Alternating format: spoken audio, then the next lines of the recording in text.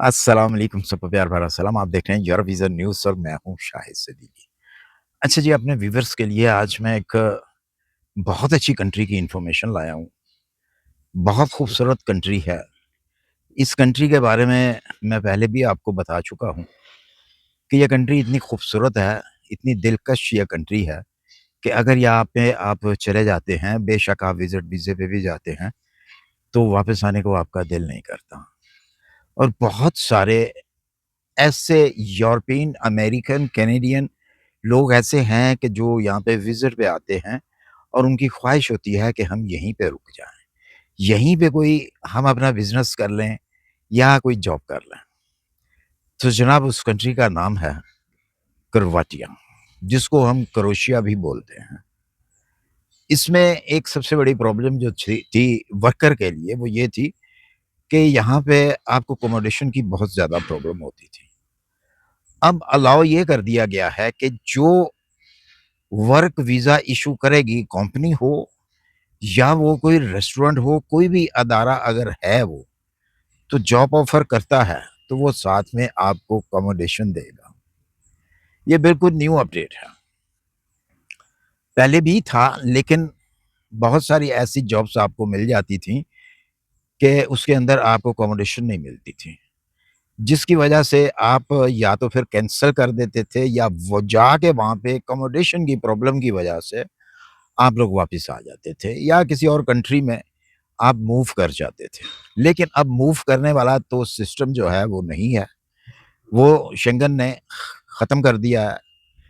Croatia जो है ये ऑलरेडी शेंगन का एक पार्ट है, शेंगन का एक हिस्सा है जिसकी वजह से यूरोपियन यूनियन ने जो लॉ अब नया निकाला है ग़ालिबन 12 जून का, उसके तहत आप अब किसी दूसरी कंट्री में यानी कि मूव नहीं कर सकते अगर आप वर्क परमिट पे आए हैं एक कंट्री के अंदर और उस कंट्री को छोड़ के आप दूसरी कंट्री में चले जाएँ।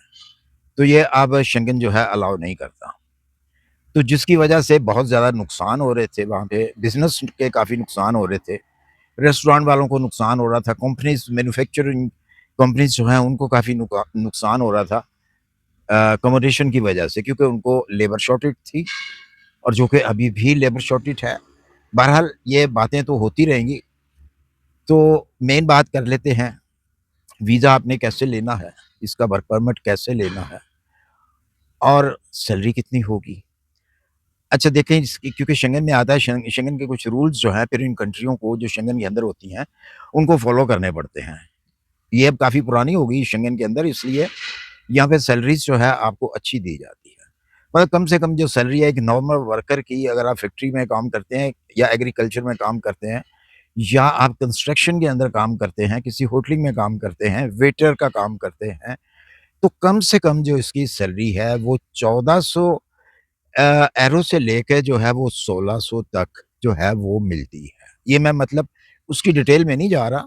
मैं एक जो आप कह लें ना एक फिगर जो होता है एक नॉर्मल मैं आपको वो बता रहा हूँ। हाँ, अगर इसकी डिटेल में जाएँगे तो फिर वो बहुत हर कैटेगरीज़ की सैलरीज़ जो है वो आपको बतानी पड़ेगी, उसकी कितनी है और इसकी कितनी है। ये मतलब मोटा-मोटा हिसाब जो है वो जो मैंने बताया है यही सैलरी है और इसमें फ़ायदा जो है आपको ये हो जाएगा कि अकोमोडेशन जो है वो आपको एम्प्लॉयर की तरफ से मिलेगी, बेशक वो किसी होटल का एम्प्लॉयर है या किसी वो मैन्युफैक्चरिंग कंपनी का जो है वो एम्प्लॉयर है।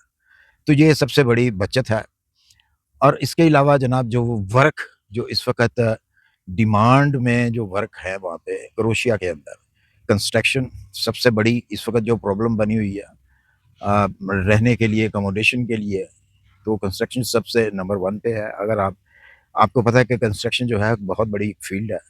इसके अंदर हर बंदा ही समा जाता है। आप कारपेंटर हैं, आप वेल्डर हैं, आप प्लम्बर हैं, आप मेसन हैं, आप कुछ भी ऐसा काम जानते हैं तो आप यहाँ पे कंस्ट्रक्शन के वर्क परमिट अप्लाई आप कर सकते हैं। इसके अलावा कुछ हिस्सा, कुछ पार्ट जो है वो एग्रीकल्चर का भी है, क्योंकि यहाँ पे एग्रीकल्चर जो है वो काफ़ी है। काफ़ी आपको देहात मिलेंगे, गाँव मिलेंगे और बड़े-बड़े शहर जो हैं वो तो 1-2 ही हैं, वहाँ के बड़े शहर जो हैं, तो वहाँ पे जो है आपको होटलिंग में ज़्यादा काम मिलेगा। क्योंकि टूरिस्ट जो है वो बहुत ज़्यादा आता है। ज़ाहिर-सी बात है कि इस मौसम में जो ये गर्मी का मौसम चल रहा है, समर टाइम, इसके अंदर टूरिस्ट जो है वो ज़्यादा आता है। लेकिन वहाँ पे 12 महीने जो है वो टूरिस्ट रहता है। सर्दियों में भी, विंटर टाइम में भी जो है वहाँ पे टूरिस्ट जो है वो रहता है। अच्छा, ये जो वर्कर की जो कमी है इस टाइम पे, वो मैं आपको बताऊँ कि सिर्फ़ और सिर्फ़ अकोमोडेशन की वजह से है। अदरवाइज़ बहुत अच्छी ये कंट्री है।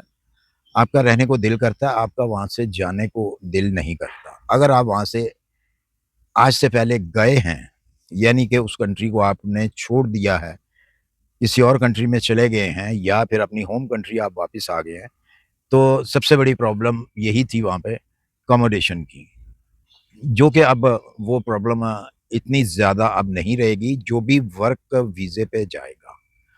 अच्छा जी, अब हम बात करते हैं कि आपने ये जॉब्स जो हैं वो लेनी कैसे हैं? जो मेरे पुराने मुझे देखने वाले हैं उनको मालूम है कि मैं कभी गलत बयानी नहीं करता, मैं आपको मिसगाइड नहीं करता। और लोगों की तरह मैं हमेशा वही चीज़ बताता हूँ, जो होने वाली होती है कि हो जाएगा, और मैं वो भी साथ में बताता हूँ कि यहाँ पे आपको ये भी नुकसान है। और ये मेरे पुराने जितने भी मुझे देखने वाले हैं उनको पता है कि मैं आपको कभी मिसगाइड नहीं करता। बेशक वीडियो हो या आप खुद आकर इंस्टा के ऊपर मुझसे बात करते हैं, मैसेज करते हैं, तो वहाँ पे भी मैं आपको मिसगाइड नहीं करता। जो ऑफ़िशियल लिंक्स या वेबसाइट्स होती हैं, मैं हमेशा वो देता हूँ, और आज भी इसी तरह डिस्क्रिप्शन के अंदर ऑफ़िशियल वेबसाइट्स जो हैं वो दी हैं।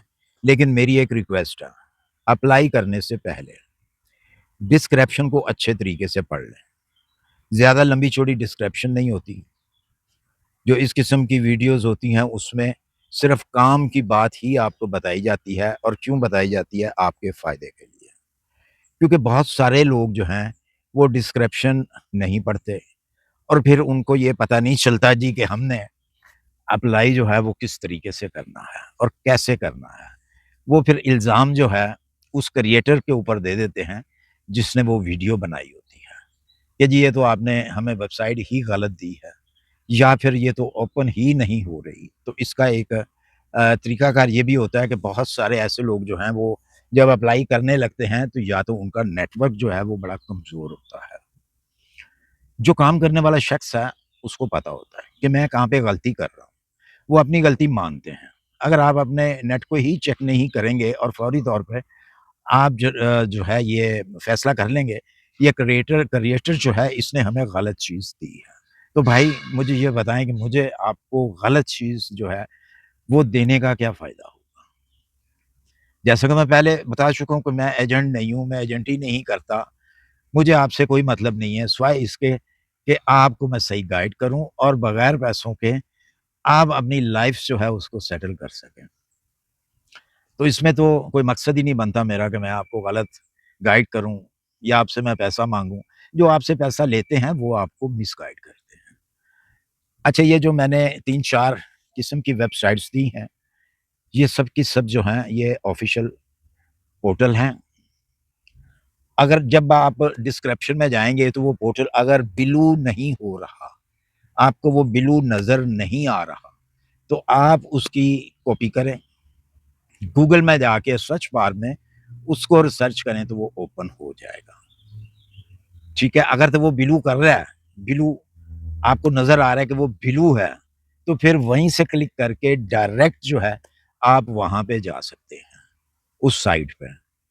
और बाकी हदायत जितनी भी है अप्लाई करने के बारे में, वो मैंने डिस्क्रिप्शन में भी कुछ थोड़ी-सी आपको बताई हैं कि किस तरीके से क्या आपने करना है। क्योंकि बहुत सारे न्यू जो मेंबर्स हैं वो शामिल हो रहे हैं मेरे साथ, और बहुत सारे ऐसे लोग हैं जिन्होंने पहले कभी अप्लाई नहीं किया, और वो पूछते हैं कि जी किस तरीके से अप्लाई करना है।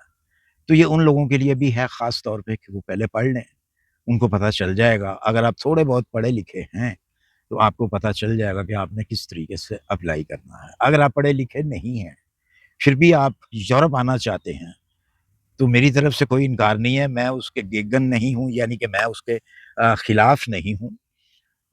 आप बिल्कुल मोस्ट वेलकम, आप आ सकते हैं, लेकिन जब आप अप्लाई करते हैं, आपको नहीं पता, आप पढ़े-लिखे नहीं हैं, तो किसी पढ़े-लिखे शख्स को आप अपने साथ लैपटॉप पे बिठा लें, या अपने मोबाइल स्क्रीन के साथ आप जब मोबाइल ऑन करें, तो पहले उससे बात कर लें कि भाई मैंने इस तरह अप्लाई करना है, आप मेरी हेल्प करें। मुझे उम्मीद है कि मेरी वीडियो आपको पसंद आई होगी, अगर पसंद आई, इसे लाइक लाज़मी कर दिया करें, और जो नए आने वाले मेरे चैनल पे, इसको चैनल को जो है वो सब्सक्राइब करें। मिलते हैं इंशाल्लाह फिर किसी अच्छी सी इन्फॉर्मेशन के साथ। अपना ख़्याल रखिएगा। मुझे भी दुआओं में याद रखिए। अल्लाह हाफ़िज़।